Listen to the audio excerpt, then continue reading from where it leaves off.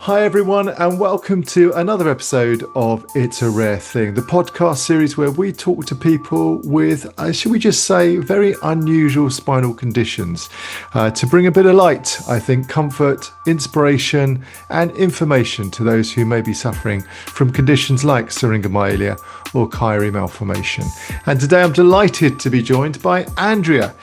Andrea, good morning. Good morning, Jess. How are you? Well, apart from my very sore, croaky throat, which has come from nowhere. So if you hear some pregnant pauses or some silences, it's because I've pressed the mute button and I'm coughing Okay. or doing something equally unpleasant. So I do apologise. But listen, thank you very much for joining us this morning. Now, your association with us is through the Anne Conroy Trust. Is that right? It is, yes. I found out about the Anne Conroy Trust when I was trying to struggling to get a diagnosis for the series of things that I had wrong with me that didn't make any sense at all. Okay, that sounds familiar. And I found the Anne Conroy Facebook page, which was so helpful at that time. I also rang the helpline. And through that, I've made a couple of amazing friends. Brilliant. One of whom visited me every day in hospital while I was in. Wow. Okay. Well, look, let's start right at the beginning. You're right. The Anne Conroy Trust is I'm not going to say the official, but if for the UK at least, it's one of the leading lights, one of the leading charities for those who are living with syringomyelia and Chiari malformation. So, Andrea, tell me your story. Let's go back to, well, first of all, let's tell everyone what is the condition that you have. I have Chiari malformation. Chiari. Okay. All right. And I wouldn't be so rude as to ask a lady's age, but let's go back. If you can give us a clue, let's go back to when things started to appear or feel unnatural. When was that? That was in the lead up to my 40th birthday. Okay. With hindsight, it's very easy to say, oh, well, that was that and that was that. And, looking back, you can see these other things were linked. Okay, so when you say going back, because that's really interesting. I'm always really interested to hear the deep history of someone's journey. So you say that the symptoms started around about your 40th birthday. Was there anything at all beforehand, looking back beyond that? Yeah, totally. I was very uncoordinated and very clumsy. I remember kind of the family joke being about me doing the sack race and the egg and spoon race. And I did, as a teenager, have very bad migraines with auras.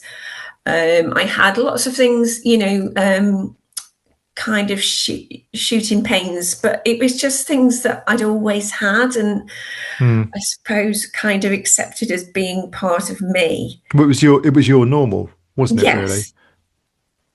And I think if you, yeah, I mean, at a very early age, if you develop symptoms or a condition, then that's your normal. And you might talk to people about it. You might say, well, don't you get it? No, you should get it checked out. But it's your normal, so it's not too alarming. So you were getting headaches, you were getting shooting pains. Where were the shooting pains? Just random shooting pains in my body. I do still get those occasionally now. Sure. But it was after, we'd gone away for a weekend camping, and I had just sat one of my exams, and I went into work on the Monday not feeling right at all. I had been doing some cartwheels on the campsite with the kids.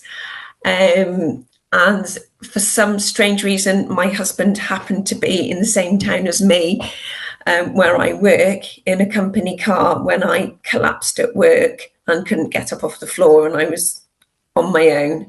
Wow. And that's kind of what triggered it, going to the doctors, going to the hospital.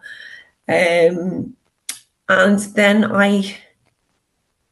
So just going back to that moment, that collapse, that sort of first collapse. You're at work, Any particular unusual migraines or shooting pains, or was it just out of the blue? Had it happened before or something similar? No, it Right. was completely out of the blue and very scary. Yeah. Um, and and then from there it kind of ramps up. So the kind of coughing, sneezing, going to the toilet, everything went black, and I had this pain at the back of my head. Mm. Kind of started around that time. I developed numbness down my right arm, which I noticed particularly if I was driving, holding the steering wheel. But then it just kind of got worse and worse, and to the point where I was in so much pain that I wanted to rip the back of my head open. Wow. And over what period of time? So from the initial collapse to the extreme feelings of wanting to rip your head open, what was that time frame? It was reasonably short. So It's hard weeks, looking back months? now. I know we said we weren't going to mention my Yeah. age, but that was kind of 10 years ago now. Yeah, no, sure. And it was, maybe a space of a year. Okay. Well, which is a long time when you're suffering with those symptoms. Yes, and going to the doctors and nobody knowing Yeah. what it was. I had been asked if I was depressed. Um, Well, you you weren't going to be feeling top of the world, were you, Andrea? Let's be honest. no, Were you no. offered? Were you offered scans? I mean, the initial thoughts were, well, are you depressed? Are you, are you exercising? I'm sure you got that as well. Don't strain yourself and all that kind of stuff. Were you offered test scans? Not at that point. And then, as we'll kind of realise as we go through this, that a lot of where I am now is due to chance. But I saw a certain doctor, a more experienced one, and he said, "Oh, I was just reading about a condition called Chiari malformation the other day." And I Wow. can't remember that was before or after I'd been and spent some time in Shrewsbury Hospital. I'm struggling to put the pieces in order No, now, of course. Yeah, yeah, yeah. looking back. Because when I'd been in Shrewsbury and they'd done some scans, they'd ruled it out. They said I had it and it was insignificant. And they thought that I had a fluid leak, a CSF leak. Right. Okay. Okay. Which, for those who are just listening to this podcast for the first time, is the spinal fluid in your spinal cord. So they thought it was low pressure rather than what turned out to be high pressure. Right. Okay. So they spotted the Chiari, but said it was insignificant and this wasn't the source of your problems. Yes. Okay. So did they offer an alternative explanation? No, I don't know. Well, just that they thought that I had a leak somewhere, so they did a lumbar puncture. Right. And they didn't find anything out. I mean, over the course of the time of diagnosis, I must have had 20 MRIs. Wow. So the neurologist who I saw in the local hospital, it turned out I had a phone call one day, and he had been speaking to his friend, the neurologist at Stoke, over Welsh rugby and a pint of beer. And the neurologist in Stoke offered to see me. And that's when things really started to happen. So I went to Stoke and I had lots more tests. And the neurologist there said, "I'm going to let you see the neurosurgeon. He'll probably offer you surgery," he said, "but don't feel that you have to take it. He'll offer everybody surgery." Okay. So I did get to see the neurosurgeon, who did offer me surgery and have a load of tests first, just to check. And I said, "Yes, please." My husband said, "Don't you want to go away and think about it?" And I said, "No, not at all." So then that was the Valentine's Day, and by July I was having my surgery. The first attempt, they had an emergency come in, so I was put back to the following week. Which And is I've been there. I mean, I had my surgery put back. I arrived at Addenbrooke's, and they just sorry, we can't do it. And I think they gave me a reason. But at that point, you really had steeled yourself. You'd hyped yourself up. You were ready for it. It was quite scary. And so then suddenly to be told, no, we're not going to do the surgery now. That's a bit of a blow, isn't it? it was, but they were very, very good at Stoke. So I booked to go in to have it redone the following Monday. And they rang me on the Saturday morning and they said, there's a bed here, come and get your bottom in it. So I very quickly packed my bag, got my husband ready and said, can you drive me to Stoke ASAP? I need to get it in this bed. Yeah. To reserve it. And then yes, I had the surgery. Okay. So why, I just want to sort of just go back slightly. You you were offered the surgery and you were super keen to take it. You didn't think about it. You did probably, you actually did think about it, but you didn't, as you said to me, you didn't think about it for that long. It was just like, yes, I want it. What made you so determined? What was it? What was the clincher, the decider that you thought surgery would be the best option for you? I'd had to give up a job that I loved, Ah, and I was able to do very little with my children who were quite young. So I had gone from being pretty active and doing quite a lot to not being able to do very much at all. I was really quite ill by that point, and I felt that I didn't have much to lose, really. so when you say you were quite ill at that point, just explain the symptoms to us. At the point where you went to surgery, were there mobility issues? Were there mental health issues? Was it a mixture of what was pain? What was going on? Pain, Right. pain, Okay. and the dizziness every time I stood up. Just feeling so terribly unwell and being able to do very little. From being an active person with a good job to somebody who was lying on the sofa. At that point, we got a puppy, which was really good because she was amazing. She gave me some focus, and even though she was very young, she knew when I wasn't feeling well, and she just curled up on the sofa with me and slept with me.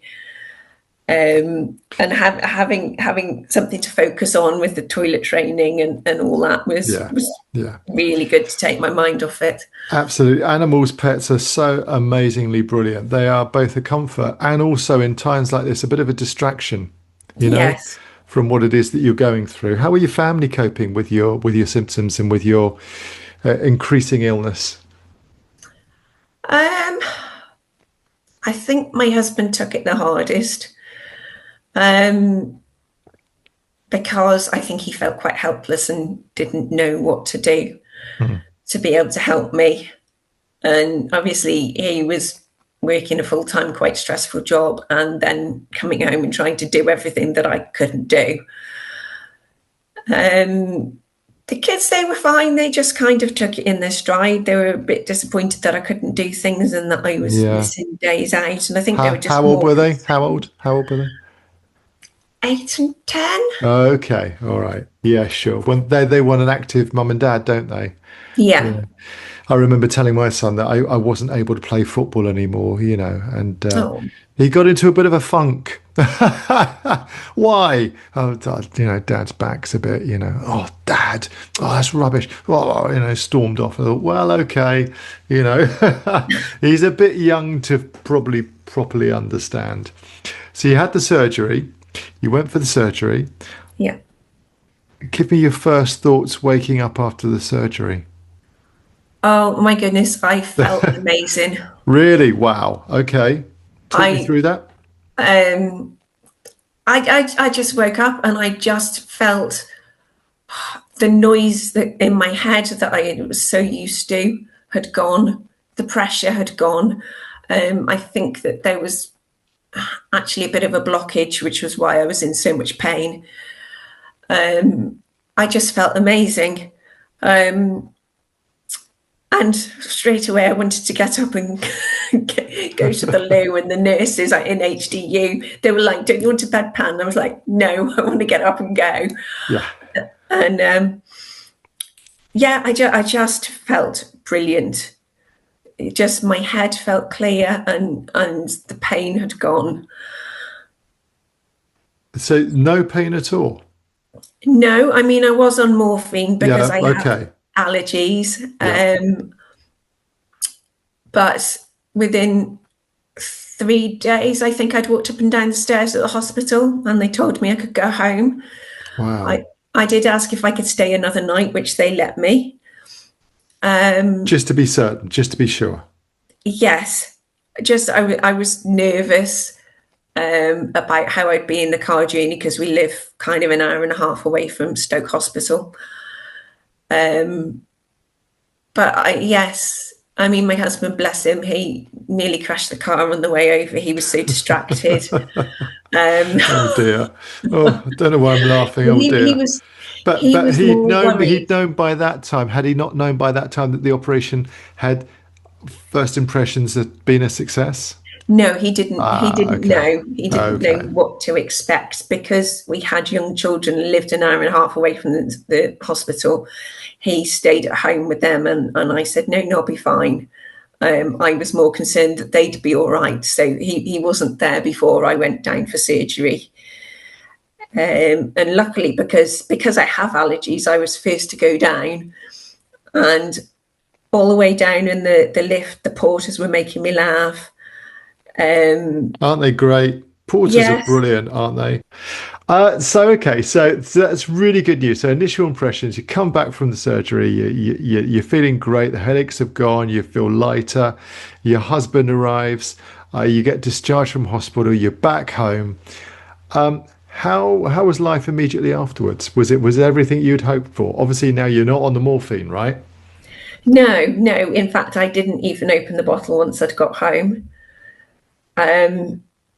I think the worst complications for me was not being able to wash my hair and having shaved head Right, underneath. okay. And within 8 or 9 weeks, I'd joined a Couch to 5K running group, Amazing. which I am now, yes, still a member of. I run with our local running club. I do have an issue. I do have right-sided weakness, which I wasn't offered physio after my surgery. I seem to have got missed out, but I started physio a year ago with a very good physio who has worked in hospital in London and dealt with people with Chiari malformation. Okay. So to have somebody in our local hospital in a very small town to know my condition and have treated people, and she's been working on that, helping me. And I've just done the Chester Half Marathon in May. Congratulations. Thank you. Excellent. And other than I'm injured because I've pushed myself too hard, because I do forget that I have a condition that is limiting. I did a bit too much running, and the muscles in my foot didn't like it. Oh dear. Okay. So that's now on hold, but I've got the metric marathon in October, which hopefully I am going to be able to do. So when you say, so just to be clear for the listeners, in terms of when you say that you are still limited in some ways, how does that manifest itself? How does that present itself? I have right-sided weakness. Yeah. I have pretty much permanent pain in down my right arm and shoulder. And my hip, apparently my right hip had never been in its socket. It's very nearly there after a year of physio. But I think with the running, I think it's more my determination than the physical being able to do it that gets me through. Sure. I just want to live my life now that I've kind of got it back. Yeah. That's so important, isn't it? We're for And I guess, not everybody has the same story, not everybody has the same outcome. But whether it's surgery, whether it's physio, whether it's medication, or whether it's just perseverance and distraction and self-care, all the benefits that you get from any one of those, Yeah. you just need to max out on the benefits, don't you? Yeah. I mean, running is amazing for your mental health. I did have a massive setback, not last Christmas, the Christmas before. I had my routine flu jab that my body overreacted to. I had it at the beginning of October, and for 3 weeks I worked from home in my pajamas. I could just about climb up the stairs, but that's the main reason why I've got this pain down my right side and my shoulder and arm. It kind of, my body just had this massive overreaction, and where I have the weakness flared up. Wow. And I Okay. think I'm pretty much stuck with that now, with the pain. But Are you on any meds at all? I am. I'm on baclofen, kind of for the background pain. I really should take up it more than I do, but I'm kind of. I suppose you're used to it. If you've always had pain Yeah. and it's there all the time, it just becomes kind of normal, and you can kind of, Manage it. yeah. Yeah. In terms of further consultations, you're with a physio now, which is fantastic. Are you still seeing a consultant? Are you still having regular checkups? Are they still scanning? Are they happy? Is that bit complete, or are you No, want to watch? I'm pretty much left to it. There is a neurologist, a consultant neurologist in Stafford who I have access to by phone if I need. And it's kind of, I think, on a 12-month rolling basis. I don't know whether I'm still on his list, but when I had this very bad flare up, he was really good with me, and he kind of stepped in and spoke to the doctor and told them what they needed to do. And that is when I then got told that I needed physio. Right. Okay. And I'm very lucky, because I think I'm only supposed to have had 6 sessions, and I've been going every 2 weeks for a year now. Yay. That's okay. It That's is, I good. think I'm her project. Look, it's been wonderful talking to you, Andrea. Andrea, do you have, I mean, without giving advice, because we don't give advice, but in terms of a message to, because I know you're a member of the Anne Conroy Trust, but in terms of other people who are on the beginning of their Chiari journey, what advice would you give to them? Oh, just believe that when you know that you're not well, you've got to believe and keep pushing to get your diagnosis, because if you're not leading it, then nobody else will. And I think just fighting for yourself and being determined. Yeah, and I suppose the difference is whether you live your life through being ill, or you live your life despite being ill. That's wonderful advice. Again, not medical advice, but just fantastic life advice. Try not to ever be defined by the condition that you're living with, Yes, because definitely. life is much, much bigger than that. And on that note, Andrew, it's been an absolute pleasure talking to you this morning. And I really appreciate you giving up your time. And I will see you at the next Anne Conroy Trust meeting. I hope so. And thank you very much for speaking to me. You're very welcome. Take care. Wishing you all the best. And maybe we catch up again in the future. That would be great. Thanks, Jez. Thanks, Andrea. Cheers. Bye. Wow, what a positive woman. What an absolutely fantastic life story. Don't be defined by your condition. If you can, rise above it and enjoy life to the fullest. Thanks, Andrea, for that time that you spent with us. So we'll be back again for more It's a Rare Thing in the very near future. If you've got a story, reach out, let us know. Until then, wishing you all the best. Stay well.